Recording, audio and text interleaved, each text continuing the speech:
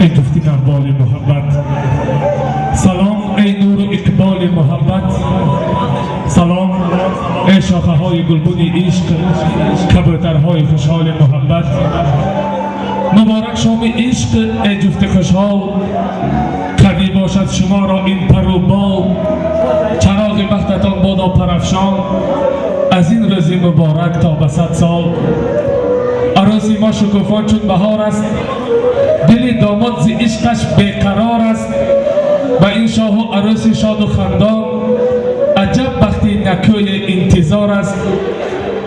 با این دو نوجوان ما بخت خواهیم، سر بالا و تاج و تخت خواهیم. دلی خرسند و لبان پرتبسم، ز گلها بهر ایشان رخت خواهیم. دوستان عزیز، مهمانان گرامی، انا با انمین تمنیات نکو آغاز میکنیم به بزم وصال امروزه عروس و داماد.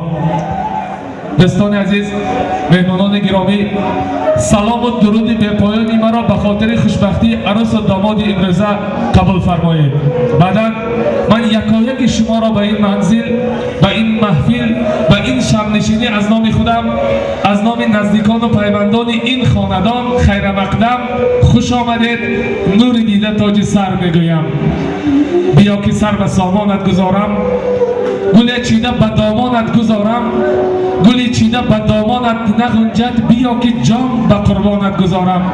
امید دارم قدم های مبارک شما به خاندان نوتأسیس عروس و داماد بخت می آورد، در مال و در عمر و در محبت بین ایشان برکت می آورد. عروس و داماد نازنین، امروز 27 ایون است. همه ما و شما نغز میدانیم که امروز روز وحدت ملی در سراسر جمهوری جشن گرفته ایستاده است. من سراول همه شما را، مخصوصا عروس و داماد را به این سنه مهم مبارکباد میگویم و آرزو میکنم، چون امروز روز وحدت است، در خاندان عروس و داماد دائما وحدت، یگانگی، آسودگی، یکدلی حکم فرما باشد.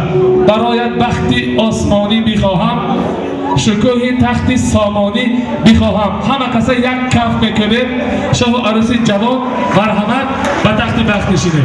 اسم مثال امروزه حافظی آوازدار نوحه عینی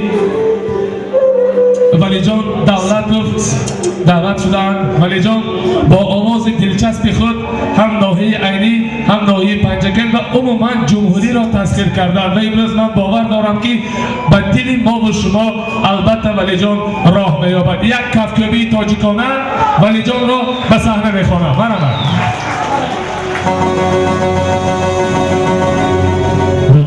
قربانتون مبارک شد. دیگر از نام خودم، از نام علی سادات شما رو باید در خوش آمدید میگم.